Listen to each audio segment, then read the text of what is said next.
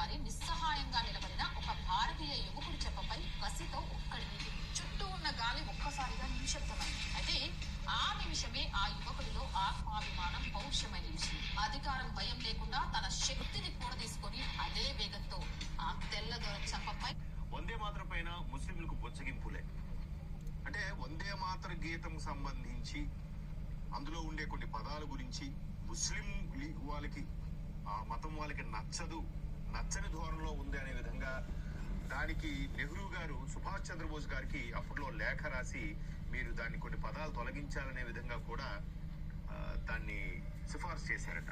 అంటే దేశ విభజనకు సంబంధించి ఏదైతే 48లో దేశ విభజన జరిగిందో, అది 48 ముందే 47 సంబంధించి దేశ విభజన జరగడం, అప్పటి నుంచి మహమ్మద్ అలీ జిన్నా వాళ్ళకి నాయకుడిగా ఉండడం, అటు పాకిస్తాన్ ఇటు భారత్ రెండుగా విడిపోవడం, అక్కడ వాళ్ళు వచ్చి మనం ఓచుకోత కోస్తున్న ఇక్కడ శాంతి సహనం అని చెప్పడం, మన వాళ్ళు మాత్రం ఏం చేయొద్దు అని చెప్పడం, ఇట్లాంటివి చాలా చాలా చాలా అంటే ఎందుకు అంత సౌత్తలి ప్రేమ ఒకరి మీద అనే యాంగిల్లో చాలా వరకు సోషల్ మీడియాలో కూడా కొన్నేళ్లుగా రభస జరుగుతూనే ఉంది. అవన్నీ వాస్తవాలే. కాకపోతే చరిత్రని కప్పిపుచ్చే ప్రయత్నం చేశారు. ఎవరు ప్రయత్నం చేశారో మీ అందరికి తెలిసిందే. అయితే ఇక్కడ ఒక్కసారి ప్రధాని వ్యాఖ్యలకు సంబంధించి వేసిన రభస గురించి చూద్దాం. సామరస్యం పేరుతో దాన్ని ముక్కలు చేసింది. నెహ్రూది ద్రోహం, లోక్సభలో విరుచుకుపడ్డ ప్రధానమంత్రి మోదీ, ఆరోపణలకు ప్రత్యేక చర్చ పెట్టండి అని ప్రియాంక గాంధీ యొక్క ఆక్షేపణ. అయితే సామాజిక సామరస్య పేరుతో వందే మాతర గేయాన్ని కాంగ్రెస్ పార్టీ ముక్కల చెక్కలు చేసిందని ప్రధాని మోదీ ఆరోపించారు. వందే మాతర గేయం ముస్లింలకు ఆగ్రహం కలిగిస్తున్న వాదనతో ఆనాటి ప్రధానమంత్రి జవహర్ లాల్ నెహ్రూ ఏకీభవించారని ముస్లిం లీగ్ నేత మహమ్మద్ అలీ జిన్నా, నిజంగా ఆయన కరెక్ట్గా ఉన్నాడు, వాళ్ళు కాదు, నిజంగా దేవుడే. ఎందుకు? వాళ్ళ హక్కులకి వాళ్ళ పరిరక్షణకి ఆయన ఎంతో దోహదపడ్డాడు, ఎంతో ఉపయుక్తంగా ఉన్నాడు. మనలాగా 2-4 ధోరణి, వాళ్ళు వచ్చి నరుగుతున్నా మనం లొంగిపోండి, మనం మాత్రం వాళ్ళని ఏం చెయ్యొద్దు అని చెప్పడం. ఇప్పటికి కూడా రాజ్యాంగంలో వాటిలో ఎన్ని నిబంధనలు అండి. వాళ్ళైతే ఎంతమందిని చేసుకోవచ్చట, ఇటువైపు ఎవరిని చేసుకోవడం వీల్లేదంట. మొన్న ఆ ట్రిపుల్ తలాకి మొన్న కదా బీజేపీ ప్రభుత్వం దాన్ని చెక్ పెట్టింది. భారతదేశం అంతా ఒకటే, అన్ని జాతులు అన్ని మతాలు, లౌకిక రాజ్యం, ఎవరికీ ప్రాధాన్యత లేదు. మరి వాళ్ళకేంటి? ఆ ట్రిపుల్ తలాకులేంటి? 5 వరకు చేసుకోవడం ఏంటి నిబంధనలు? కరెక్టేనా? అంటే చాలా చాలా చాలా కప్పిపుచ్చేసి పాఠ్య పుస్తకాల్లో కూడా వీళ్ళు దేవుడు, వీడు ఇంద్రుడు, వీడు చంద్రుడు అని రాసేసి ఎక్కించేసి మిగతా వాళ్ళు ఎవరు నాయకులు కాదు, మిగతా వాళ్ళు ఎవరు భారత స్వాతంత్రోద్యమంలో వాళ్ళ ప్రాణాలు అర్పించలేదా?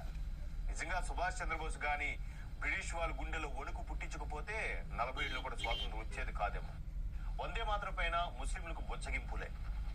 అంటే వందే మాతర గీతం సంబంధించి అందులో ఉండే కొన్ని పదాల గురించి ముస్లిం వాళ్ళకి ఆ మతం వాళ్ళకి నచ్చని ధోరణిలో ఉంది అనే విధంగా దానికి నెహ్రూ గారు సుభాష్ చంద్రబోస్ గారికి అప్పట్లో లేఖ రాసి మీరు దాన్ని కొన్ని పదాలు తొలగించాలనే విధంగా కూడా దాన్ని సిఫార్సు చేశారట. అంటే దేశ విభజనకు సంబంధించి ఏదైతే 48లో దేశ విభజన జరిగిందో, అది 48 ముందే 47 సంబంధించి దేశ విభజన జరగడం, అప్పటి నుంచి మహమ్మద్ అలీ జిన్నా వాళ్ళకి నాయకుడిగా ఉండడం, అటు పాకిస్తాన్ ఇటు భారత్ రెండుగా విడిపోవడం, అక్కడ వాళ్ళు వచ్చి మనం ఓచుకోత కోస్తున్న ఇక్కడ శాంతి సహనం అని చెప్పడం, మన వాళ్ళు మాత్రం ఏం చేయొద్దు అని చెప్పడం, ఇట్లాంటివి చాలా చాలా చాలా అంటే ఎందుకు అంత సౌత్తలి ప్రేమ ఒకరి మీద అనే యాంగిల్లో చాలా వరకు సోషల్ మీడియాలో కూడా కొన్నేళ్లుగా రభస జరుగుతూనే ఉంది. అవన్నీ వాస్తవాలే. కాకపోతే చరిత్రని కప్పిపుచ్చే ప్రయత్నం చేశారు. ఎవరు ప్రయత్నం చేశారో మీ అందరికి తెలిసిందే. అయితే ఇక్కడ ఒక్కసారి ప్రధాని వ్యాఖ్యలకు సంబంధించి వేసిన రభస గురించి చూద్దాం. సామరస్యం పేరుతో దాన్ని ముక్కలు చేసింది.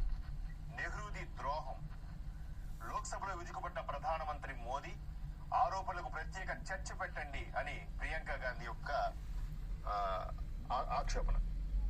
అయితే సామాజిక సామరస్య పేరుతో వందే మాతర గేయాన్ని కాంగ్రెస్ పార్టీ ముక్కల చెక్కలు చేసిందని ప్రధాని మోదీ ఆరోపించారు.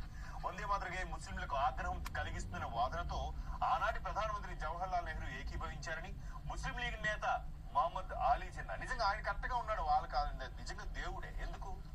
వాళ్ళ హక్కులకి వాళ్ళ డయాబెటీస్ వచ్చిన వాళ్ళల్లో ఒక 4-5 సంవత్సరాలు అయితే జరిగే మార్పు ఏంటంటే వాళ్ళు బరువు తగ్గిపోతుంది, వాళ్ళ మజిల్స్ తగ్గిపోతూ వస్తాయి. ఇలా మజిల్స్ తగ్గిపోతే వచ్చే సమస్య ఏంటి? ఫస్ట్ వాళ్ళు ఏ పని చేసుకోవాలన్నా వాళ్ళకి శక్తి ఉండదు, ఎనర్జీ ఉండదు, అలసటగా ఉంటారు. సెకండ్, వాళ్ళ శరీరంలో ఉన్న మజిల్ తగ్గిపోతూ వచ్చినప్పుడు వాళ్ళలో ఉన్న గ్లూకోజ్ కూడా కంట్రోల్ అవ్వదు. అప్పుడు నంబర్ ఆఫ్ టాబ్లెట్స్ పెరుగుతుంది, డోసెస్ పెరుగుతుంది. సో కంప్లీట్ గా టాబ్లెట్స్ మీదనే డిపెండ్ అయితే అప్పుడు డయాబెటీస్ కంట్రోల్ కాకుండా ఉండడమే కాకుండా, ఒకవేళ దేవుడు ఒక 80-100 సంవత్సరాల ఆయుష్ ఇస్తే ఒక 10-15 సంవత్సరాలకు ముందర వాళ్ళ ఆయుష్ తీరిపోతుంది. రీజన్ ఏంటంటే ఈ షుగర్ శరీరంలో ఉన్నటువంటి అన్ని అవయవాలను దెబ్బతీస్తుంది. ఇలా మజిల్ తగ్గిపోతూ నీరసంగా ఉండేటటువంటి డయాబెటీస్ తో సఫర్ అయ్యేటటువంటి వాళ్ళకి నేను ఒక సొల్యూషన్ తీసుకొచ్చినాను. అది మరేదో కాదు, డయాగ్రాండ్. ఈ డయాగ్రాండ్ అనేదంటే ఏడిఏ రికమెండ్ చేసినటువంటి, అమెరికన్ డయాబెటిక్ అసోసియేషన్ రికమెండ్ చేసినటువంటి బ్యాలెన్స్డ్ డయాబెటిక్ న్యూట్రిషన్. దీంట్లో 5 రకాలైనటువంటి ప్రోటీన్ సోర్సెస్ నుంచి తీసినటువంటి ప్రోటీన్ ఉంటుంది. డయాగ్రామ్ లో ఉన్నటువంటి 5 రకాల ప్రోటీన్ ఏం చేస్తుందంటే, ఫస్ట్ ఆఫ్ ఆల్ మీ శరీరంలో షుగర్ వల్ల తగ్గిపోయేటటువంటి మజిల్ లాస్ ని ఫస్ట్ అరెస్ట్ చేస్తుంది. మజిల్ లాస్ కాకుండా కాపాడుతుంది. అండ్ స్లోగా over a period of time ఆ మజిల్ అమౌంట్ ని పెంచుతూ పోతుంది. అప్పుడేమవుతుంది, శరీరంలో ఉన్నటువంటి గ్లూకోజ్ ఈ మజిల్లోకి వెళ్ళి ఖర్చు అవుతుంది.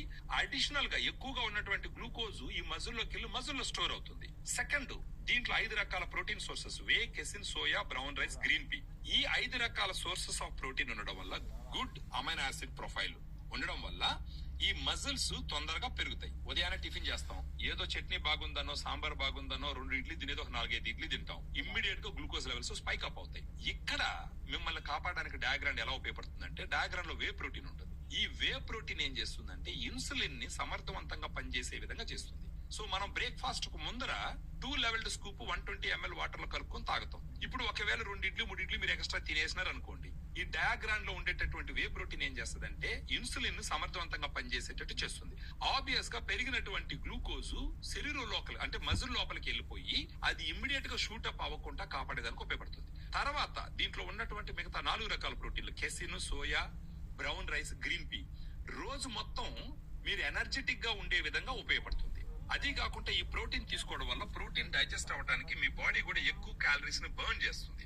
అది కాకుండా ఈ ప్రోటీన్ తొందరగా, యాజ్ అ ప్రొఫెషనల్ నథింగ్. 2 సమస్యలకి, హైపోకి గాని హైపోకి గాని అటువైపు శ్రీకృష్ణుడున్నాడు. అసలు అది అర్థమవుతుందా? ఇంతసేపు మీరు వీడు వాడు గురించి మాట్లాడారు తప్ప సంజయుడు కూడా చెప్పలేదు. అటువైపు అందరికంటే పెద్దవాడైన శ్రీకృష్ణుడున్నాడు. శ్రీకృష్ణుడు గొప్పతనం ఏంటంటే ఇవాల్టి వరకు ఒక్క యుద్ధం ఓడిపోయినట్టుగా చరిత్రలో లేదు. అలాంటిది మనకు ఎగెయిన్స్ట్ గా నించుంటాడు శ్రీకృష్ణుడు. తెలుస్తుందా మీకు? నేనే జరాసంధుడు లాంటి ఓడించలేకపోయా. పెద్ద పెద్ద సాల్వుణ్ణి, జరాసంధుణ్ణి, ఏకలవ్యుణ్ణి, పౌండ్రీక వాసుదేవుణ్ణి, దంతవర్ధుణ్ణి, ఇంకా ఎంతో మంది రాక్షసుల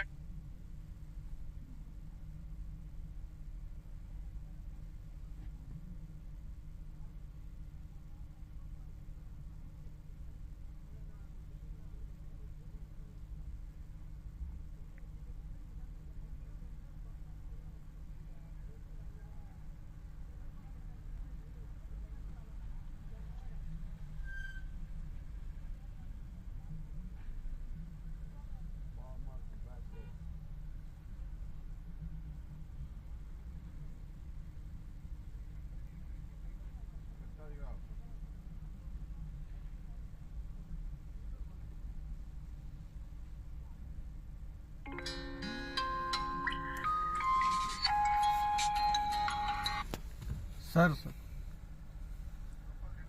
తిరిగేసి వచ్చినా సార్ ఇన్నే ఉన్నా చరస్ సార్ మెల్లిమెల్లిగా స్టార్ట్ అయినాయి సార్ వెహికల్స్. సార్ చూసుకుందాం సార్. సరే సార్ అడుగుదాం సార్. వీళ్ళు ఏంటారో మరి పోతూ ఇచ్చేసిపోదాం సార్. మరి